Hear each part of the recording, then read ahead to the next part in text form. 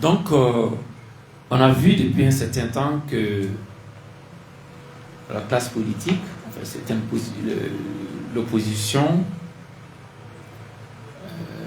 même des associations religieuses et les Bretons, ils vont jusqu'à dire que les autorités actuelles n'ont pas le droit de rédiger une nouvelle constitution. Et quand on sait que la constitution qui est là a été rédigée par un putschiste, Amadou Toumani Touré, en 92. C'est ça le problème. Donc aujourd'hui, on voit une... Et ce qui est encore paradoxal dans ça, et qui est en train de susciter en tout cas la colère des compatriotes au moment où je vous parle, c'est que ces mêmes hommes politiques qui étaient là, qui ont participé aux ANR, dont la plupart, et qui ont validé justement l'élaboration d'une nouvelle constitution, qui reviennent aujourd'hui pour menacer, dire qu'ils ne valident pas cette nouvelle constitution. Et on a vu hier, effectivement, il y a certains grands partis politiques, l'ADEMA, le RPM, ils étaient tous à la notation territoriale, où le ministre les a fait savoir clairement, on ne recule pas, on avance. On va avancer, c'est fini ça. Parce que, en fait, la Constitution de 92 les arrange. Et avec les recommandations des ANR, qui tiennent, sur lesquelles, auxquelles tient le président de la transition, comme l'a pris de ses yeux, pour lesquels il a mis en place le comité de suivi, des recommandations des ANR dirigées par le doyen Maître Thioubé Diarra, pose problème. Il y a une levée de bouclier. Donc, comment vous voyez cette levée de bouclier, Konaté? Keïta. Idrissa. Vous savez, je veux faire un rappel. C'est vrai qu'on parle de 92, mais il ne faut pas du tout oublier à l'esprit qu'entre 92 et 2022, bien que nous soyons au 23, mais de 92 à 2022, il y a eu au moins 2 à 3 tentatives de révision constitutionnelle. Ça compte. Si on ne le rappelle pas, les gens vont penser que non, c'est juste en 92 et c'est maintenant aussi. Mais non, il faut faire ce rappel. Deuxième chose, la Constitution même en elle-même, à chaque fois qu'on a voulu évoquer sa révision, ou même carrément même son changement, ça s'est toujours fait malheureusement en des fins de mandat, en des fins de saison présidentielle, on va dire comme ça. C'est-à-dire que Alpha Oumar Konaré, c'est fin de second mandat. ATT, c'était en fin de second mandat. Et pour Ibeka, on s'en souvient même que quand même Ante Abana a pris la rue, le président Macron était venu. On était même dans le contexte du sommet Afrique-France. Je crois bien. Il y avait un sommet là qui s'est tenu à Bamako.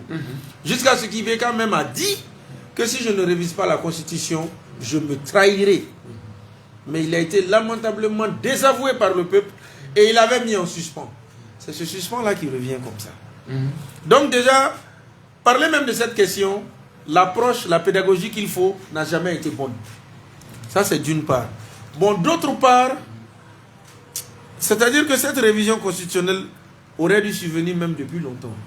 Depuis la signature de l'accord d'Alger. Sauf que l'accord d'Alger en lui-même, on se rend compte au jour d'aujourd'hui, pose problème. C'est la raison pour laquelle cette transition, là je rejoins à visage découvert le Premier ministre Choguel Maïga, c'est que vraiment il faut une application intelligente. Nul n'est dupe. C'est vrai que la régionalisation y est constatée, d'où une autonomisation même des forces de sécurité, mais il est clair que si ces mouvements armés dits de l'Azawad juste de cela, le Mali est définitivement coupé. Donc ça c'est d'un. De deux aussi, cette levée de bouclier, j'avoue que c'est très malheureux. Et quelque part aussi, cette levée de bouclier là, ça montre à la face du monde que l'opinion n'est pas aussi tout à fait avec le Mali. L'opinion nationale n'est pas avec la transition. Même si il faut aussi faire le distinguo, certains sont là-dedans, ils font de la surenchère, ils font du buzz. Mais l'un dans l'autre, l'opinion n'est pas entièrement acquise à la cause de la transition. Et malheureusement, un soutien phare, par exemple, comme l'ADEMA, ancien parti présidentiel, ne partagent pas cet avis. Maintenant, qu'est-ce que je voudrais dire? C'est qu'au lieu que ce projet, parce qu'il faut préciser une chose très importante, normalement, un pouvoir non élu ne doit pas prendre l'initiative même d'une nouvelle constitution. La révision, oui, changer des articles, faire des amendements. Mais carrément même envoyer une toute nouvelle, normalement non. Mais par contre, dans le contexte actuel, pendant 30 ans, ces régimes-là qui l'ont fait, ce sont ces mêmes acteurs-là qui ont été déposés en 2020. Donc, à l'heure de la refondation, de la rectification, ce pouvoir se permet de laisser le peuple s'exprimer. Et moi, en soit, je pense même que c'est normal. Mais seulement, au lieu qu'il y ait une fédération, au lieu que peut-être les convergences suivent, chacun y est allé de son lot de revendications. Les mouvements armés du Nord, et vous avez bien fait d'introduire la question de l'Algérie, qu'on abordera plus tard, ils persistent et signent ce qui a été fait, ils ne quittent pas sur ça. Sauf que déjà, à l'époque, on s'est rendu compte à ce jour que ce n'est pas tenable. L'accord, il est caduc depuis plus de 3 ans.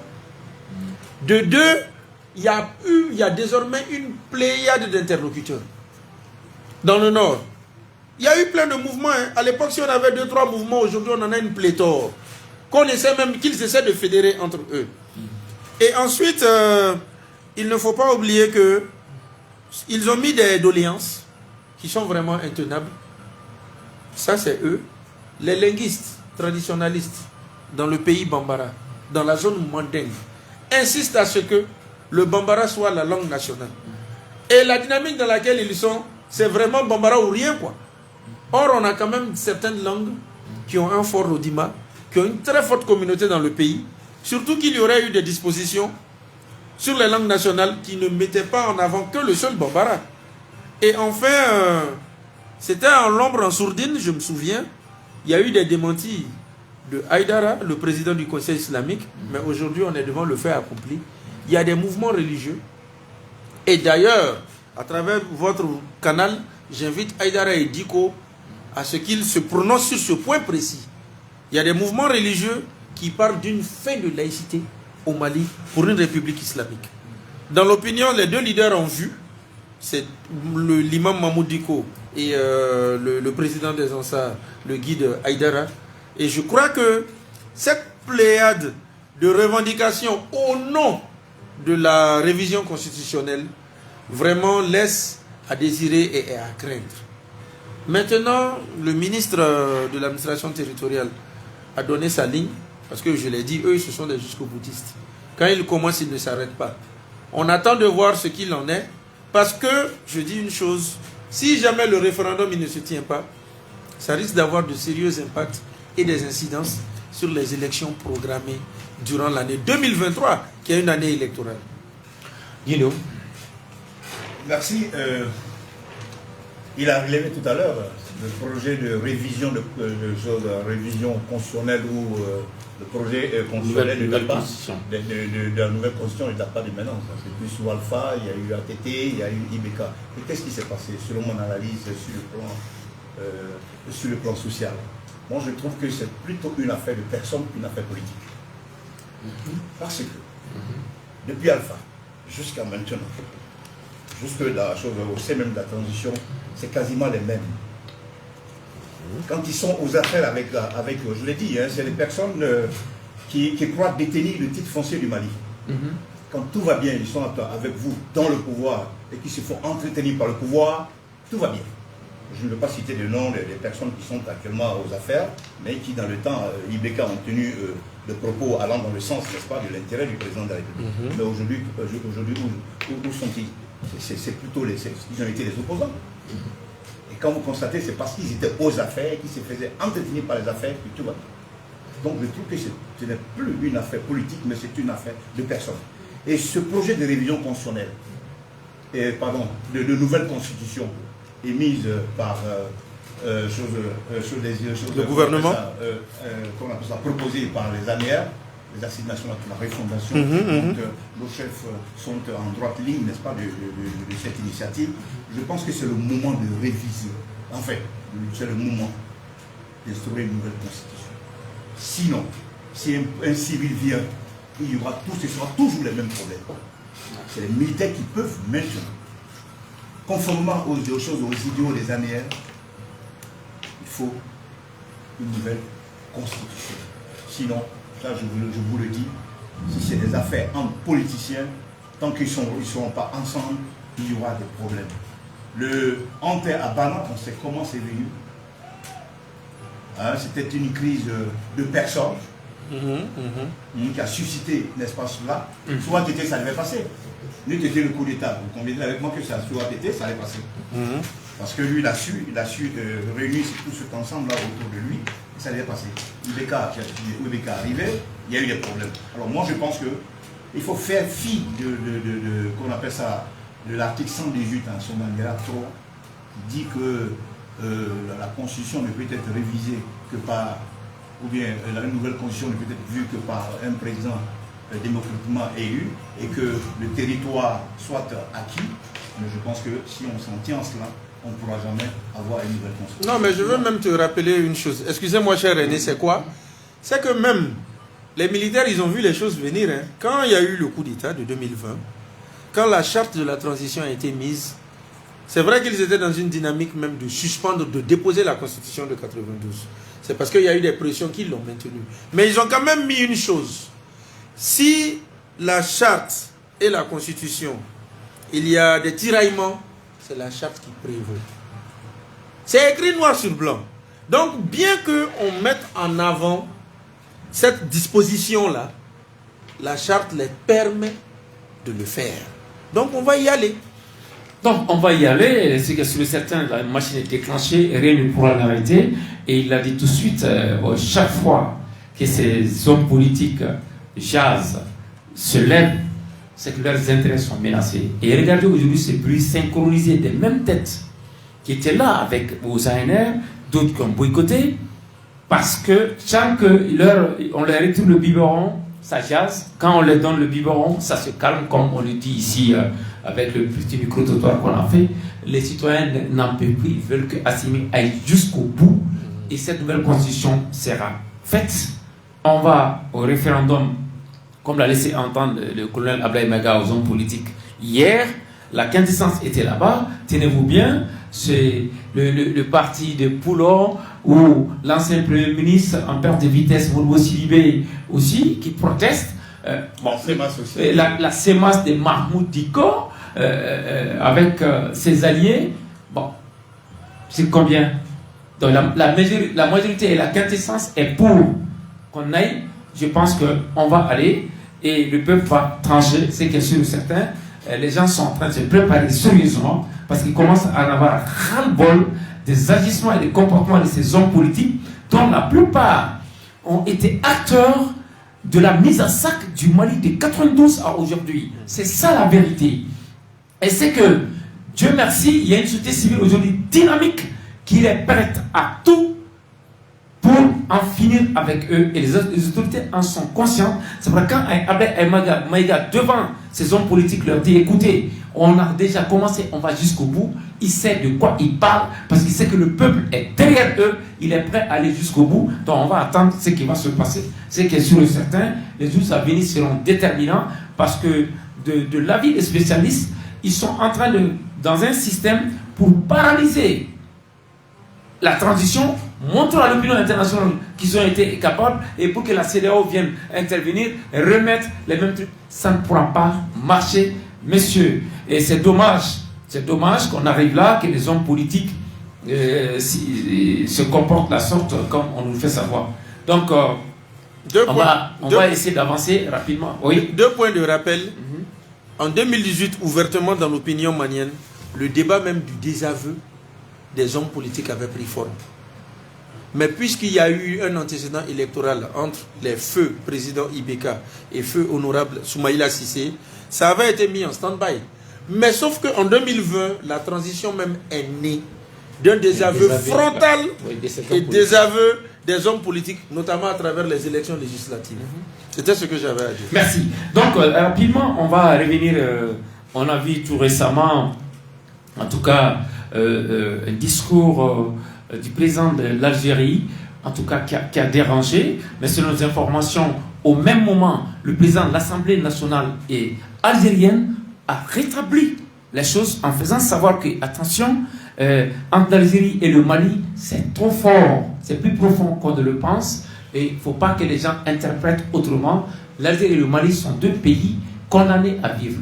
Et quand on regarde la position de l'Algérie au Mali, je l'ai dit l'autre jour dans mon émission en Bamanaga, je le répète ici, nous, on n'avait pas compris, mais on a commencé à comprendre la profondeur des relations entre Alger et Bamako. C'est trop profond. La crise du Nord, pourquoi l'Algérie est au cœur? Parce que ça la concerne personnellement. Parce que l'Algérie a une crise pire que la nôtre, c'est le cas Kabyle. Et la quintessence des ressources minières algériennes, c'est dans cette zone. Si jamais le cas de l'Azawad, on ne le souhaite pas, marche au Mali, ça n'est fini pour eux. Il y aura une désagrégation de l'Algérie, selon les spécialistes.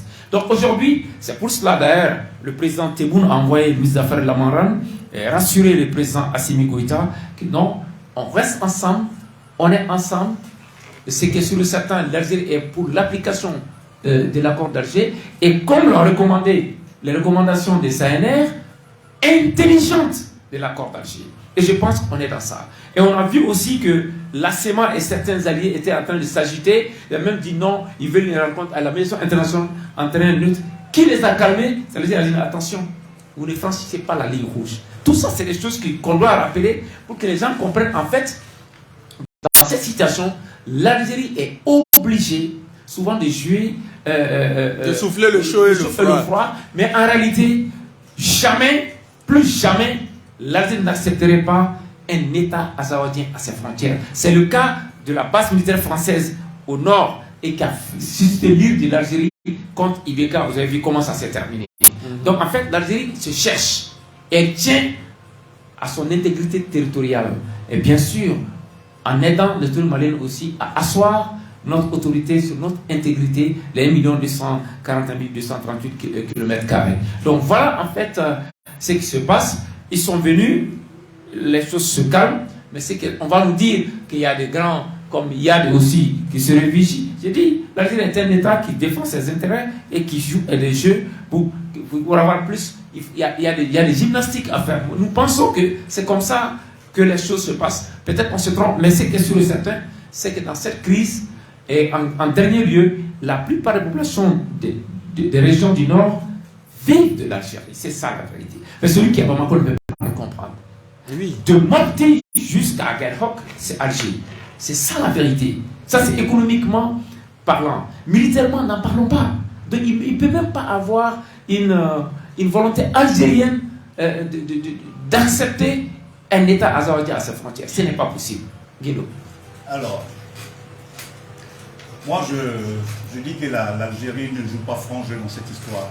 Oui. C'est ce gendarme qui partise avec ce voleur et refuse obstinément que d'autres interviennent à sa place. Le Maroc voulait intervenir, on dit non, que vous n'êtes pas dans le pays du champ, etc. Donc, même les accords de Ouaga, on aurait même appris que l'Algérie aurait fait pression sur Ibeka, n'est-ce pas, pour pouvoir s'approprier donc le dossier, parce qu'ils sont, si tu veux, relativement plus proches et que les pays, les ethnies, etc., les races se confondent. Alors moi, je l'ai toujours dit, et je le dis toujours sur ce plateau, l'Algérie joue à l'intelligence. L'Algérie joue pas franc jeu avec le Mali. Je l'ai toujours dit, ouais, parce que l'Algérie demande l'implication intégrale, vous l'avez souligné tout à l'heure, de cet accord. Alors que le peuple dit que cet accord, il est caduc. Application. Il est caduc. Et aussi, n'est-ce pas, il faut revoir certains accords, n'est-ce pas, certains articles donc, de cet accord. Moi, sauf l'arrivée c'est le ministre des Affaires étrangères qui était là, je crois, il y a 2 ou 3 jours au Mali. La Mamran. En même temps, on aurait appris que le 15, je crois que c'est après-demain, qu'il y aurait une rencontre à Kidal entre... Non, à Tabankort. Alors, donc ceci... À la zone de Tabankort. Ceci explique cela. Moi, je fais un peu le rapprochement. Donc, il fallait que l'Algérie vienne, n'est-ce pas? Je ne sais pas, vous allez planer les différents. Mais moi, je dis toujours, l'Algérie est impliquée dans la destitution, n'est-ce pas, du Mali depuis 2012. Ça, je le dis et je le redis. Et ce pays-là n'est pas un ami du Mali. L'Algérie joue chose au double jeu. Vous pensez ça aussi, que l'Algérie n'est pas un ami du Mali? moi je vous rejoins tous les deux. Mais évidemment, en premier lieu, je dirais que la position algérienne est très embarrassante. Délicate. Il y a un jeu de dupes. Merci. Pour dire les choses. Pourquoi le Malien, justement, peut-être le Malien du Sud, pas ceux du Nord, parce que vous avez dit cette réalité qui est quand même très importante, ceux de Bamako et environ du Sud et du Centre, Je ne peux pas comprendre. en fait, ils ne comprennent pas une chose. Les mouvements armés, qui à ce jour n'ont pas abrogé le terme Azawad, qui à ce jour prennent des dispositions pour montrer qu'ils sont indépendants, entre guillemets, qui à ce jour célèbrent chaque année l'anniversaire de l'Azawad. Sauf l'année dernière, ils n'ont pas pu le faire, en 2022. Néanmoins, ils l'ont fait, ils ont eu à brûler le drapeau, ils l'ont répété, donc c'est de la récidive. Ces individus, ces leaders armés, dans la sous-région, c'est en Algérie, en Mauritanie, qu'ils vont se ravitailler, qu'ils vont faire tout ce qu'ils ont à faire, qu'ils font leurs besoins et même leur communication. Ça, c'est une chose que la population a au cœur de la gorge. Mais par contre, il y a un fait qui est là, et peut-être que ça rejoint le gendarme ami avec le voleur. Peut-être, ça peut être une confusion, c'est quoi? C'est que l'Algérie quand même est le seul pays que les mouvements armés écoutent. Carrément. Quand l'Algérie parle, ils rentrent dans les rangs, ils suivent. Maintenant, je ne me retrouve pas trop. Parce que moi, de ce que je savais, l'Algérie demandait toujours une application intégrale. Mais vous parlez d'une application intelligente. Ça, c'est l'État malien qui Ça, demande c'est une l'État. application intelligente. Intelligente, Le voilà. à travers les ANR. Intelligente. C'est les Voilà. conclusions des ANR. L'Algérie Or, demande l'Algérie, une application intégrale. Pourtant, l'Algérie, elle le sait. L'accord a été signé depuis 2015. On est en 2023, bientôt 10 ans. Mais depuis 2017, 18, on s'est rendu compte que l'accord est inapplicable. Il est caduc. Il a été mis au calendrier grec.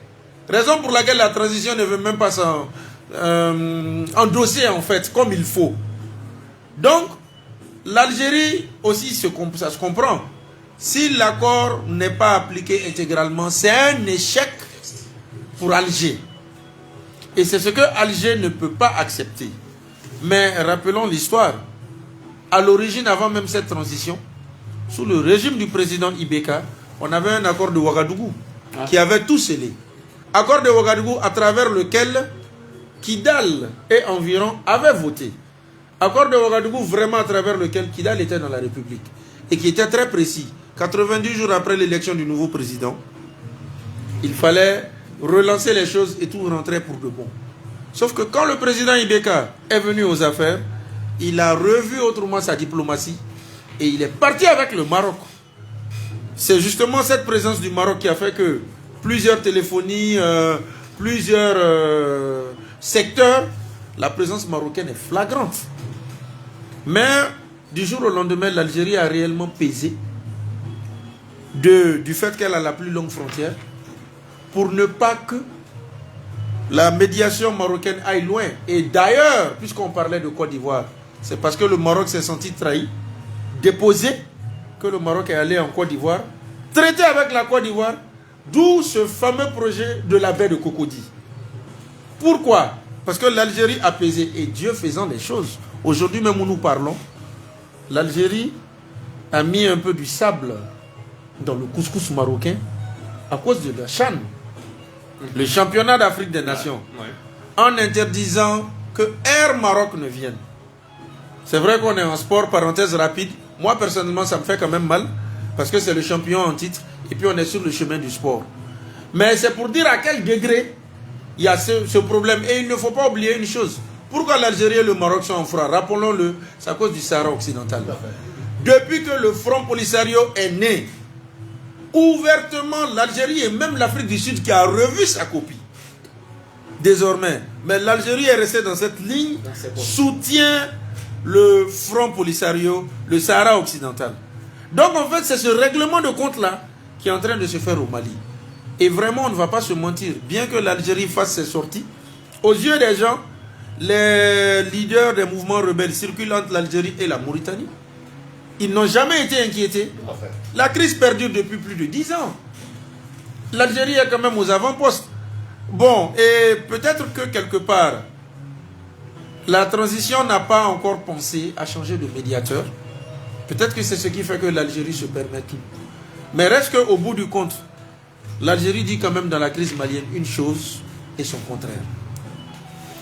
Voilà, une chose et son contraire. Un dernier mot, parce que là, oui. D'accord. Vous savez, en 2012, l'Algérie a reçu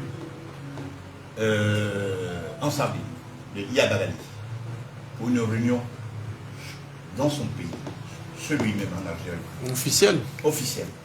Ils ont même invité le Mali. Le Mali a décliné l'offre. Et suite à cela, il y a eu des rencontres, n'est-ce pas, discrètes, qui se passaient entre, n'est-ce pas, cette tendance, ce terrorisme. Cette tendance radicale. Oui, l'IAG et l'Algérie. Donc ça veut dire qu'il y a des accointances, n'est-ce pas, entre les différents terroristes et l'Algérie. C'est vrai, tu l'as relevé tout à l'heure, l'Algérie n'a jamais été inquiétée, le Maroc, la Mauritanie n'a jamais été inquiétée. On doit se poser des questions, n'est-ce pas, avant, n'est-ce pas, on se pose des questions et on revoit, n'est-ce pas, les accords d'Alger. Il Beckham m'a demandé, pour finir, que ce soit signé, a exigé que ce soit signé ici au Mali. Le processus de Ouaga était un bon processus. Et Bamako a même voulu qu'il y ait une relecture de l'accord. Ça, on doit le rappeler. Donc il appartient maintenant à nos dirigeants actuels. Tout doit se gérer maintenant sous cette transition. Sinon, je vous dis, le président démocratiquement élu qui sera là, un civil, aura des problèmes à le faire. Donc c'est l'opportunité maintenant pour cette transition de gérer les grands dossiers. À moins que ce président, 3 mois avant les élections présidentielles, démissionne de l'exécutif pour être ce candidat et ce messie tant attendu. D'accord, on verra bien. Ce qui est sûr et certain, c'est les autorités qui savent ce qu'ils sont en train de faire. Si vous voyez aujourd'hui qu'Alger envoie une forte délégation, c'est qu'elle a une patate chaude entre les mains et que la communication que nous maîtrisons ici au Mali est en train de faire feu de tout bois. Il n'y a pas que l'Algérie. Là où on n'a pas raté le secrétaire général de l'ONU au Conseil de sécurité, ce n'est pas l'Algérie. Mais il faut savoir seulement les bons voisinages dictent à l'Algérie de changer de politique. Sa politique d'hier ne peut plus cadrer avec les réalités d'aujourd'hui parce qu'il y a une société civile malienne très forte aujourd'hui, déterminée et en tout cas à en découdre. Donc je pense que si elle tient réellement à préserver ses intérêts économiques, sa souveraineté, sa sécurité, c'est de revoir sa politique. Et avec le temps, je pense qu'on va voir. Et rapidement, on va parler en 2 minutes de la question de la laïcité. Comme vous voyez, ça fait débat partout. Et nous assistons à un lever des boucliers. Que pensez-vous, en tout cas, de ces religieux et autres qui sont en train de nous remettre la laïcité en cause, comme si nous étions dans une république islamique, comme si le Mali a été créé dans l'ère optique, en tout cas, où je ne sais pas où est-ce qu'il veut nous amener. Tout d'abord, vous savez, je suis le plus jeune sur ce plateau. J'aimerais avoir votre opinion avant de m'exprimer. Pourquoi? Ces mouvements religieux, de ce que je sais, celui qui est au devant, ce serait un confrère. Et je vais même le nommer Kimbiri. Donc, au nom de la confraternité, dois-je modérer mes mots ou dois-je dire ce que je pense? Pour l'intérêt du pays, je pense que tu vas bien. C'est ce que tu penses. Nous sommes là pour éclairer la lanterne de ceux qui nous regardent et qui nous écoutent. D'accord. Voilà, il n'y a pas de langue de bois ici. Okay. On donne l'information en restant dans le respect de la loi et de la déontologie. Voilà. Ok. Il faut savoir une chose d'abord. C'est que déjà cette question ou cette rumeur, peut-être que c'était une fuite, avait pris forme quand le CNT a eu son additif de 26 nouveaux conseillers, que j'appelle toujours des députés nommés. À l'époque, le Haut Conseil islamique, à travers son leader, Haïdara, a été pris à partie du fait qu'il n'était pas content de ne pas avoir 3 sièges. Et même il y a eu une rencontre officielle entre Haïdara des Ansar et le président de la transition sur la question. Et pendant justement son interview face aux confrères, il a dit que, en tout cas pour ce qui est de la laïcité, non, non et non. Raison pour laquelle et lui et Mahmoud Diko, je les interpelle, à ce qu'ils clarifient leur position sur ce point de laïcité. Secondo, les mouvements, comme je l'ai dit, qui prennent cette posture irréaliste. Le Mali a 60 ans. Il y a eu un mixage, un brassage tel que chrétiens, musulmans, c'est très compliqué d'islamiser le pays. Très profond d'ailleurs. Très profond. Mais quand je vois, et là je vais carrément aller dans les débats de personnes, que c'est un Kimbiri, je suis déçu. Qui monte au créneau. Qui monte au créneau, Pour je faire suis l'avocat déçu. du diable. Et je le Si désavoue. on peut le dire comme ça. Bien sûr. Parce que d'une part, sachez que Kimbiri l'homme, on a eu des antécédents. En 2015, quand moi, Idrissa, évidemment, l'opinion me découvrait au journal Le Témoin.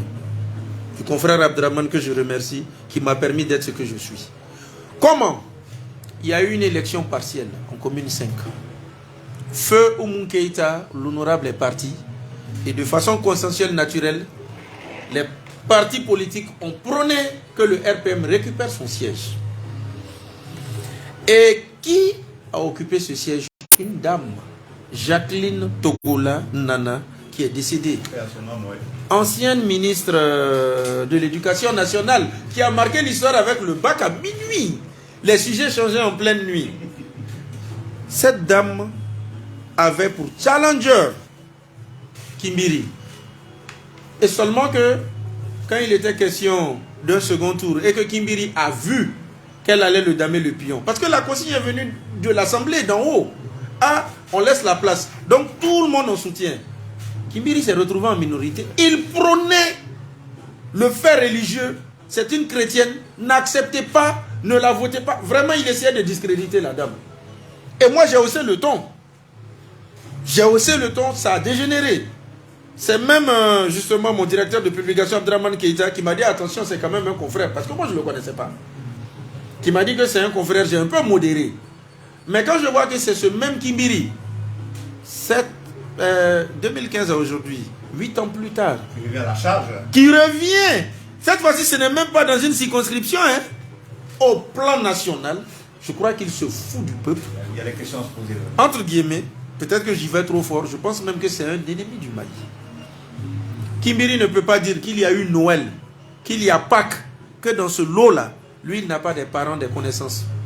Si peut-être il est d'une famille religieuse, de par les alliances, par plein de canaux, on a des connexions ou des parentés avec des chrétiens.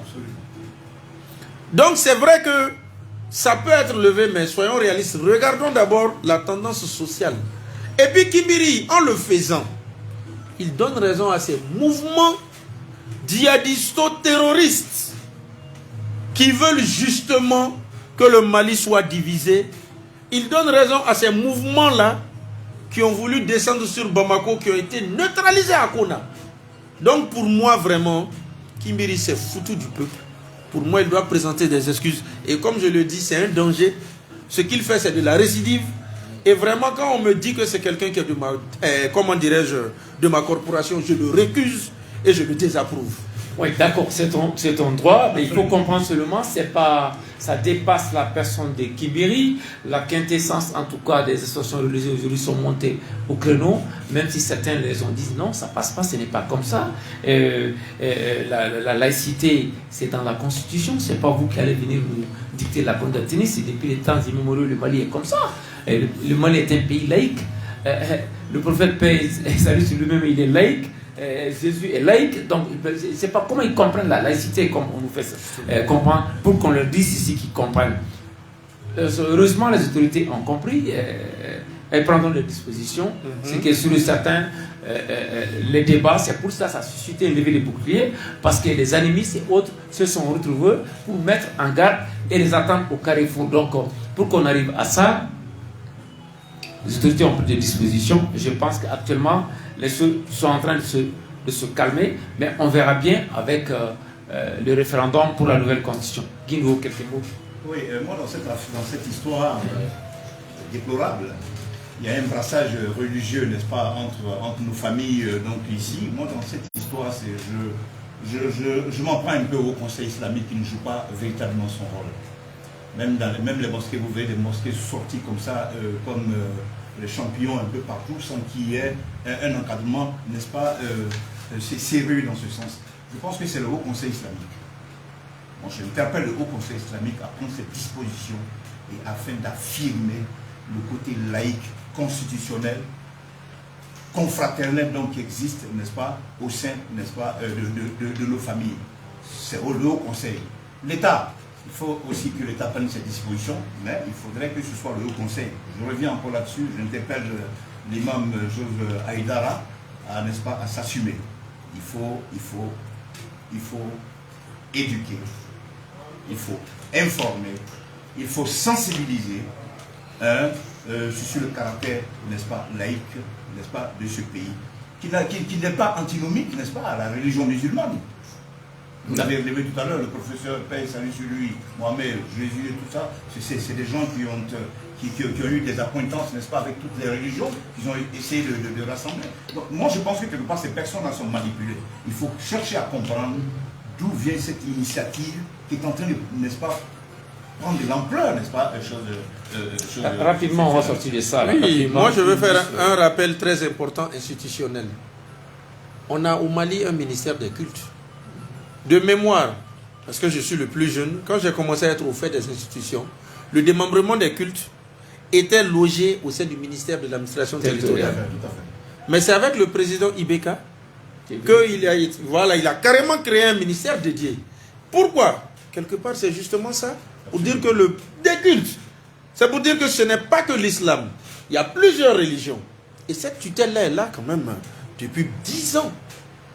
Donc pour moi, en fait, ceux qui le font, c'est vraiment une défiance à l'État, même si on parle de liberté d'opinion. Et je pense qu'il faut faire très attention sur ça. Il y a un équilibre au niveau du ministère des cultes.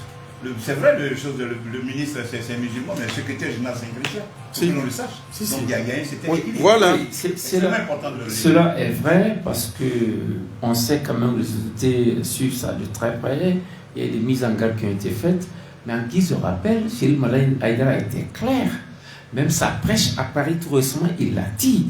Ceux qui disent que parle de laïcité, ça ne passe pas. Il l'a dit.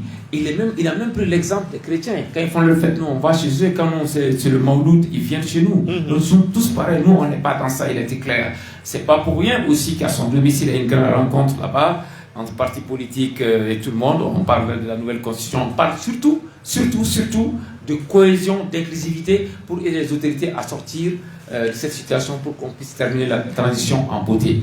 Moi, je pense que les adhérents commencent à se calmer parce qu'il y a eu une levée des boucliers très forte contre justement ce vent-là, dont on ne sait il vient d'où et pour quel but. Le but est connu, c'est pour déstabiliser en réalité la transition et la République. Mais les gens les attendent aujourd'hui, et tout le monde a compris, et les gens, ils en parlent, ils attendent de pied ferme et mettre en garde à visage découvert. Ça, c'est déjà bon, parce que la démocratie, il faut donner son point de vue, mais pas dans la violence. Bon, ceci dit, on va juste terminer en 5 minutes.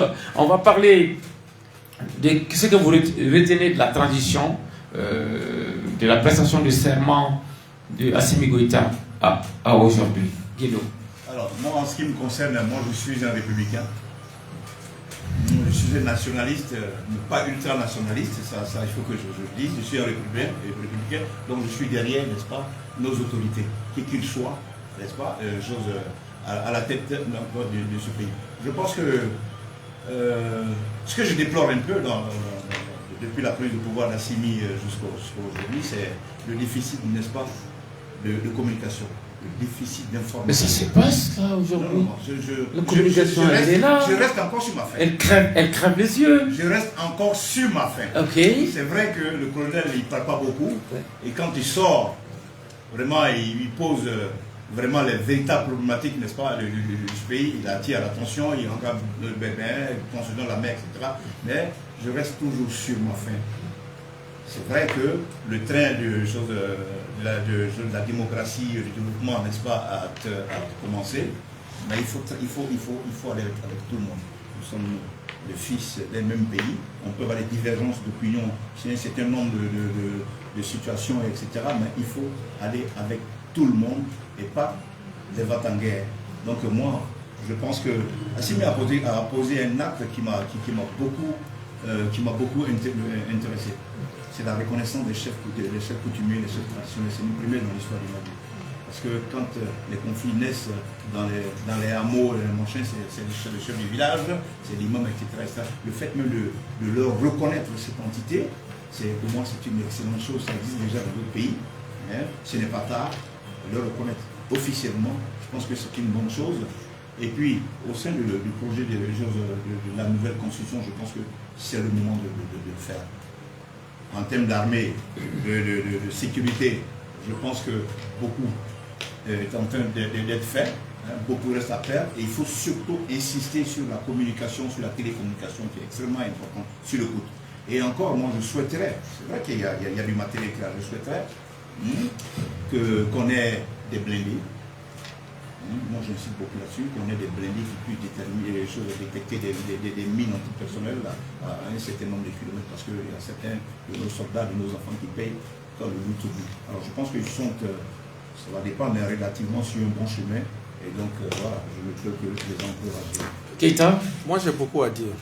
Tout d'abord, d'abord, 2 minutes. Hein. oui. Tout d'abord, on peut dire que de façon positive, le Mali, il est souverain. Le président Assimi Goïta, le colonel Assimi Goïta, ne se fait plus intimider par qui que ce soit à travers le monde, quel que soit l'interlocuteur. Je crois que désormais, chacun sait comment se comporter et chacun est regardant sur l'approche à avoir avec le Mali. Ça, c'est un. Par contre, au niveau de la justice, on l'a dit, c'est sur un désaveu de la classe politique, de personnes qui ont eu à soudoyer le Mali, que la transition est née. 2 ans après, ils n'ont pas été jugés. Pour ceux qui sont mis en prison, ils ne sont pas jugés. Pour ceux qui sont exilés, on a quand même voulu quelque part les faire venir, parce qu'en Côte d'Ivoire, par exemple, Karim Keïta, il y a un mandat d'arrêt, hein, que les gens ne l'oublient pas. Mais il n'est pas venu. Et encore, vous savez ce qui me frustre un peu sur ce niveau. La transition guinéenne qui est née 1 an après, a quand même réussi à mettre sur place la Cour de répression d'enrichissement illicite. CRIEF. Je peux le confirmer au CNT ici, le dossier il est là. Il tourne, mais vraiment on n'a pas tranché. 2 ans après, je crois qu'on aurait commencé à envoyer à la barre ces personnes-là. Quelque part, le président Assimi, lui, je sens en lui un homme bon, qui veut avancer. Sa stratégie de ne pas parler finalement est bonne. Mieux il ne parle pas, mieux c'est. Par contre, pas lui le président, mais le vice-président qu'il fut, lui je l'interpelle. Il était vice-président en charge des questions sécuritaires. 2 ans après, c'est un peu morose. L'armée monte en puissance, mais soyons réalistes. La Russie sur laquelle on misait vraiment, malheureusement s'est retrouvée dans un conflit qui ne finit pas. Et on ne va pas se mentir, les instructeurs russes, selon, pour Wagner, pour d'autres, ont dû vraiment être déséquilibrés, désorientés avec cette histoire au pays. Mais il y a un paramètre très important sur lequel je vais insister, toujours dans le sécuritaire. Depuis IBK, il y a une loi de programmation militaire, on parle même de Karim Keïta, il y a ce grief-là contre lui, qui a été prise ici, 1200 milliards. 30 milliards. Finalement, qu'est-ce qu'on a eu? Des hélicoptères cloués au sol, manque de logistique, ainsi de suite et ainsi de suite.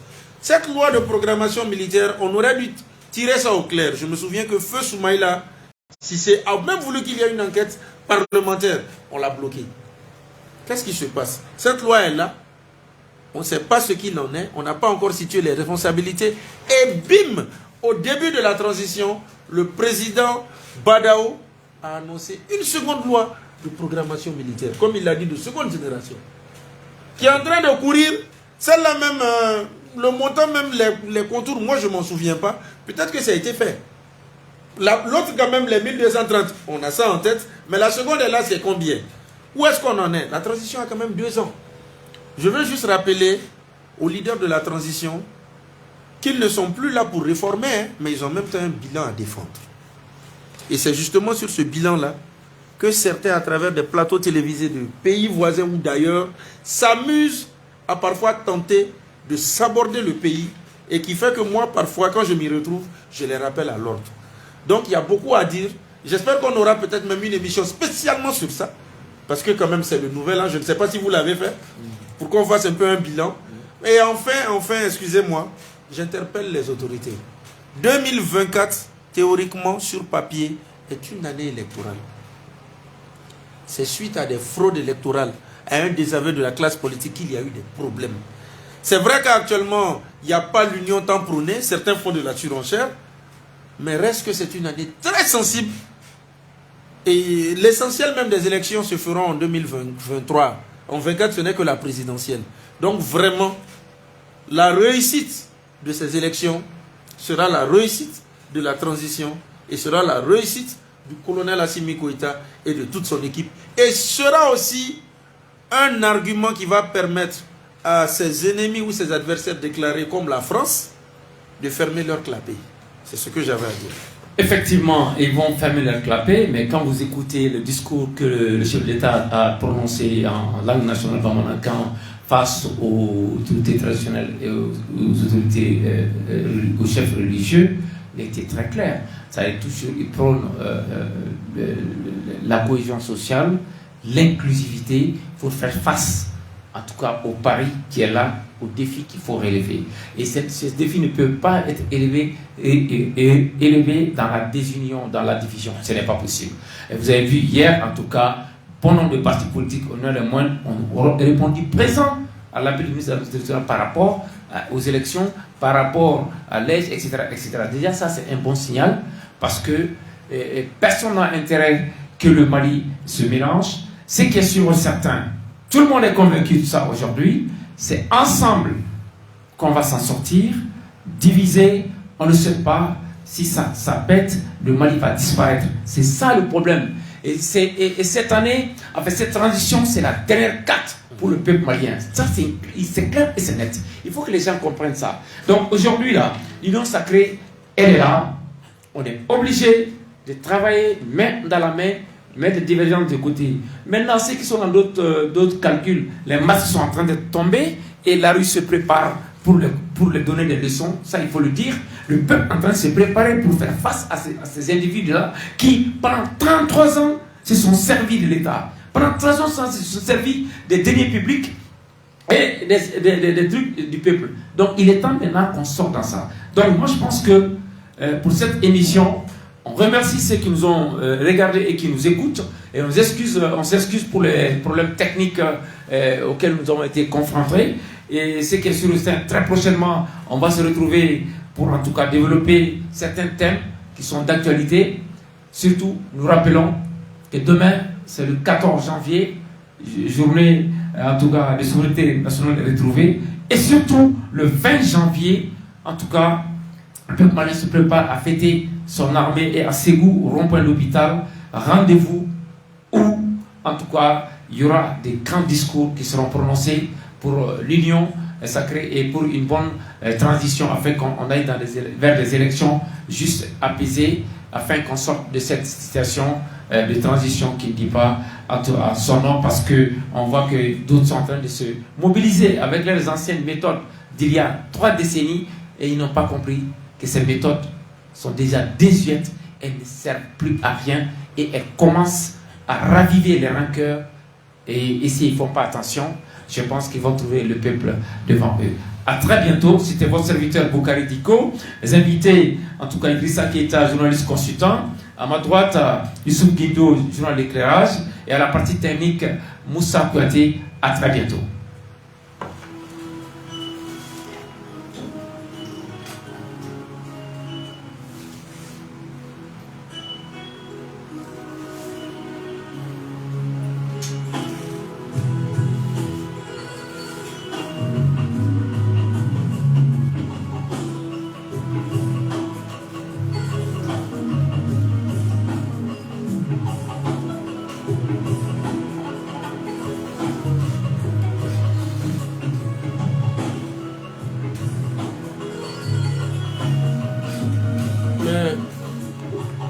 Des débats politiques là, l'image de fond c'est ta manie. Tu es censé avoir une grosse photothèque maintenant pour changer ça. Bon, on va voir. Ah, Elle va changer au fur et à mesure. On fera, Il y a on va. des